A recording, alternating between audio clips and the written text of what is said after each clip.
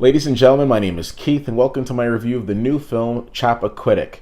Chappaquiddick is the new film that tells the story of Senator Ted Kennedy in the late 60s in a car accident that saw him and one of his staffers, Mary Jo, go over a bridge and into the water.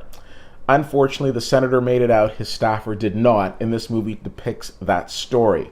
Now, there have been many versions and many interpretations of what happened that night.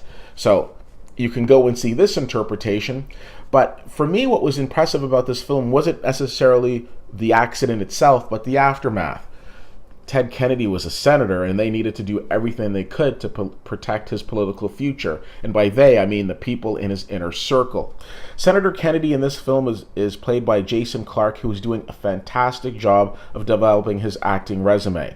Many people, of course, will know Jason Clarke from his role in Zero Dark 30, and most recently, All I See Is You, and last year's big film, Mudbound. Jason Clarke's a solid actor who, for a long time, was doing a lot of supporting parts, but now is really holding his own as a lead actor.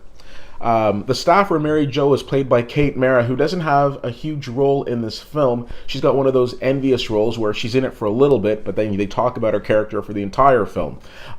Kate Mara, Megan Levy, does a really good job in this movie, even though she's not in it for a long time, because when they're filming the accident scene, you can feel her terror in this accident scene, and she does such a great job with that, so kudos to her. This is a really great cast. Two other actors I need to mention: Ed Helms, who we'll all know from the Hangover series and from other comedic roles like Cedar Rapids. He's used to making us laugh, but his transition from comedy to drama seems to be so seamless, because I was really impressed with his role in this film. He plays Ted Kennedy's cousin, somebody who's extremely turned and twisted with the turmoil of this tragic event. He wants to be loyal to his family, but he's also having difficulties with the morality issues of the accident and how the cover-up's being handled. And Ted Kennedy's father is played by the great Bruce Dern, who doesn't say a lot in the film, but every scene that he's in, he seems to command the screen. Chappaquiddick might not be the film that people say, oh, I want to run out and see it because there's so much to see right now.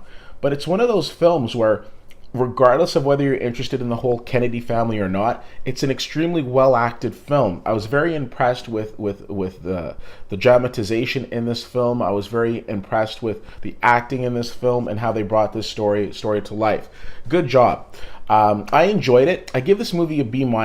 I found it did go a bit feel a bit long at times and a little bit drawn out, and it could have been shortened up a little bit.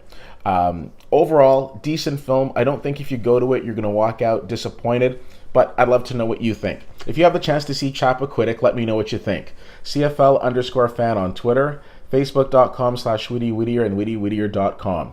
Thank you so much for checking this out. My name is Keith, and I'll see you at the movies.